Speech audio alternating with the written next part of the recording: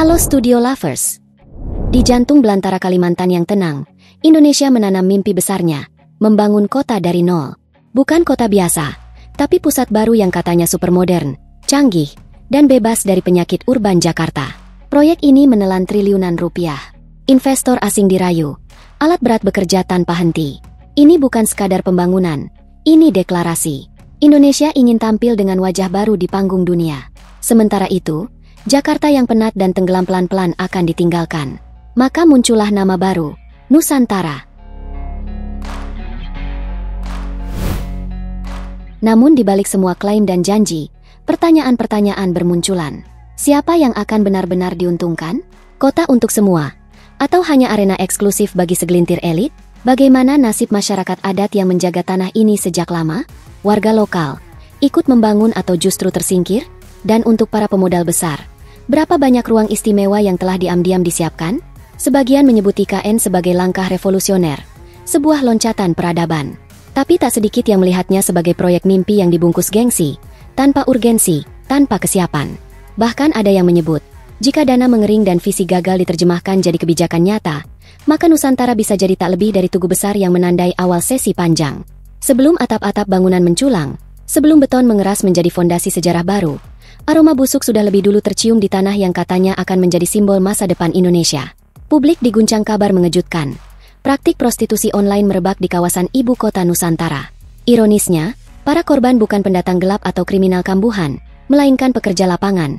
Para buruh yang datang dengan niat mencari penghidupan layak malah terjebak dalam lingkaran gelap eksploitasi. Melalui aplikasi seperti MiChat, WhatsApp, hingga Telegram, sindikat gelap menawarkan kerjasama yang menjanjikan. Mereka memanfaatkan keputusasaan buru-buru kontraktor yang hidup jauh dari keluarga dengan upah pas-pasan dan minim perlindungan. Dua hal pun langsung mencuat ke permukaan. Pertama, soal betapa rapuhnya perlindungan tenaga kerja di balik proyek raksasa ini. Kedua, reputasi IKN yang dibangun dengan triliunan rupiah anggaran negara mendadak tercoreng oleh isu moral dan kriminalitas yang tak bisa dianggap remeh. Ada yang bilang beberapa kontraktor besar sengaja menutup mata. Asal proyek tetap jalan, asal keuntungan tetap mengalir. Dan itu baru permulaan. Anggaran pembangunan seperti terganjal karena pemblokiran dari Kementerian Keuangan. Kelompok peduli lingkungan menyalakan alarm soal rusaknya ekosistem Teluk Balikpapan, Pesut Mahakam, Bekantan, mangrove, hingga hutan gambut yang jadi benteng iklim, semuanya terancam. Media internasional seperti The Guardian dan The Washington Post ikut turun tangan menyoroti sisi kelam proyek yang katanya akan membawa Indonesia menuju peradaban baru.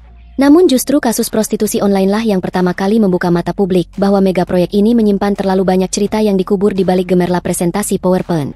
Di tengah riuh ambisi yang sudah menabrak logika, satu proyek lain muncul seperti mahkota di puncak mimpi, Tower BUMN. Raksasa vertikal ini digadang-gadang akan menculang setinggi 778 meter. Bukan sekadar bangunan, tapi klaim kekuasaan yang ingin menembus awan. Bila benda ini berdiri, ia akan merobohkan rekor Menara Merdeka 118 di Malaysia dan resmi menjadi gedung tertinggi se-Asia Tenggara. Tapi tunggu dulu, apa urgensinya? Di atas tanah yang masih basah oleh lumpur Kalimantan, di tengah isu prostitusi online dan kerentanan pekerja lapangan, negara justru sibuk merancang menara super mewah yang konon akan menyamai Petronas dan Marina Bay Sands. Arsitekturnya megah, estetikanya dirancang untuk memukau dunia. Tapi di bawahnya ada jeritan yang nyaris tak terdengar. Jeritan buruh berupah rendah, komunitas adat yang kehilangan ruang, dan lingkungan yang terus terkikis. Menara ini konon bukan sekadar tumpukan besi dan kaca. Tower BUMN dirancang untuk menjadi mahakarya futuristik dengan roh budaya lokal. Sebuah benteng modern tempat para BUMN berkantor, tapi juga dijanjikan sebagai magnet global. Pusat wisata kelas atas, ruang kongko partai, dan panggung megah bagi acara kenegaraan yang ingin tampil mempesona. Luasnya lebih dari 20.000 m, dan ia tidak berdiri sendiri. Di sekelilingnya akan tumbuh fasilitas prestige, hotel modern, ruang komunitas ber-AC, masjid, museum, pusat budaya, deretan toko retail berkelas. Desainnya katanya terinspirasi dari rumah adat suku Dayak. Seolah-olah elemen lokal cukup disematkan sebagai ornamen untuk menenangkan kritik. Teknologi juga dijejalkan ke dalamnya dengan jargon yang memukau. Sistem transportasi pintar akan mempercepat mobilitas. Fasad gedung akan dilapisi photovoltaics, ditambah turbin angin dan pembangkit listrik tenaga surya, demi memancarkan kesan ramah lingkungan di tengah kawasan yang sebelumnya adalah ekosistem alami.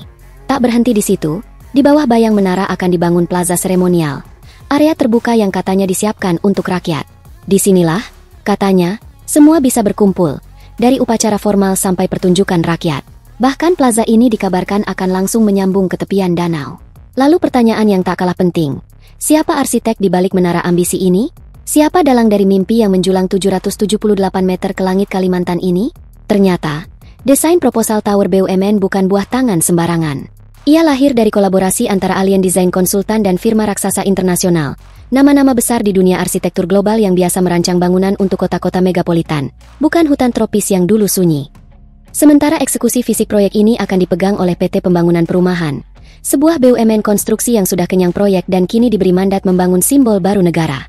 Dengan segala kemewahan, teknologi futuristik, dan simbolisme megah yang melekat padanya, tentu saja Tower BUMN bukan proyek murah. Nilainya ditaksir menyentuh angka 3,5 triliun rupiah. Anggaran sebesar itu digadang-gadang akan digelontorkan dari berbagai sumber, dana negara, sokongan BUMN, investor lokal, hingga mitra asing yang melihat peluang di balik narasi pembangunan. Tapi setelah semua presentasi bombastis, render digital yang viral, dan pidato-pidato penuh semangat, apa kabar menara yang dijanjikan akan menembus langit Kalimantan itu?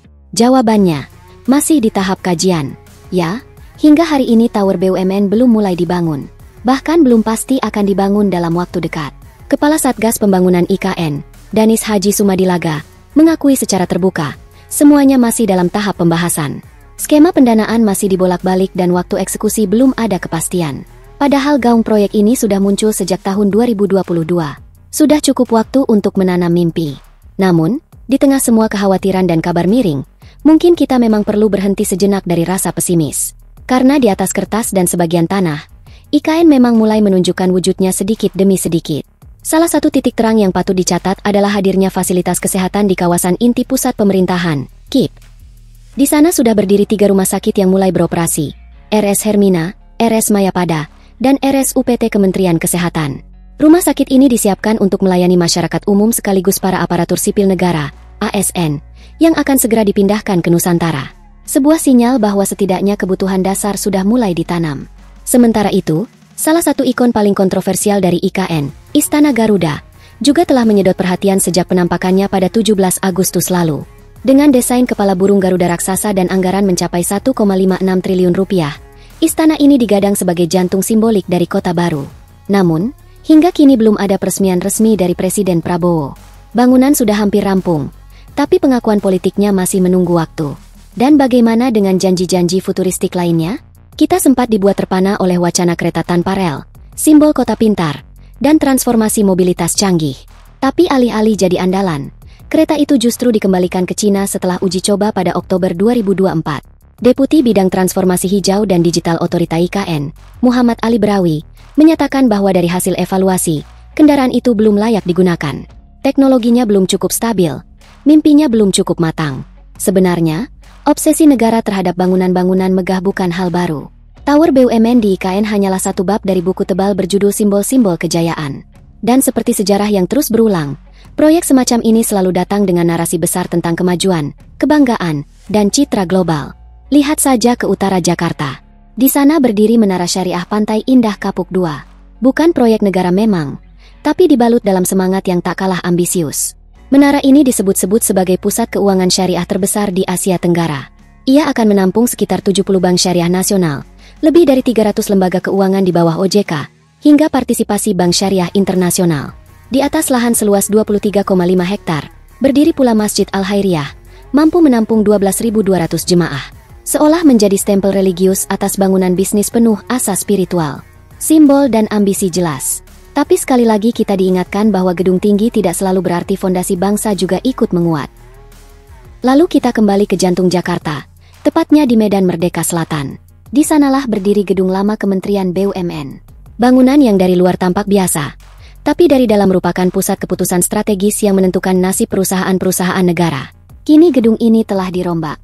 Renovasi dilakukan besar-besaran di atas lahan 1,5 hektar, dengan fasad bangunan mencapai 15.680 m. Berdirilah gedung modern 22 lantai. Bahkan salah satu bangunan di belakangnya, gedung 48, disulap menjadi ruang kekinian lengkap dengan kafe dan lapangan basket. Karenanya, bahkan di gedung kementerian pun kini ada tempat untuk ngopi dan bermain bola. Inilah wajah baru ambisi kita. Gedung-gedung tinggi, desain spektakuler, ruang rapat, dan ruang santai dalam satu atap. Tapi satu pertanyaan tak pernah benar-benar pergi. Apakah yang dibangun ini benar-benar kebutuhan bangsa atau hanya cermin dari hasrat elit yang ingin menegakkan jejak dalam bentuk beton dan kaca?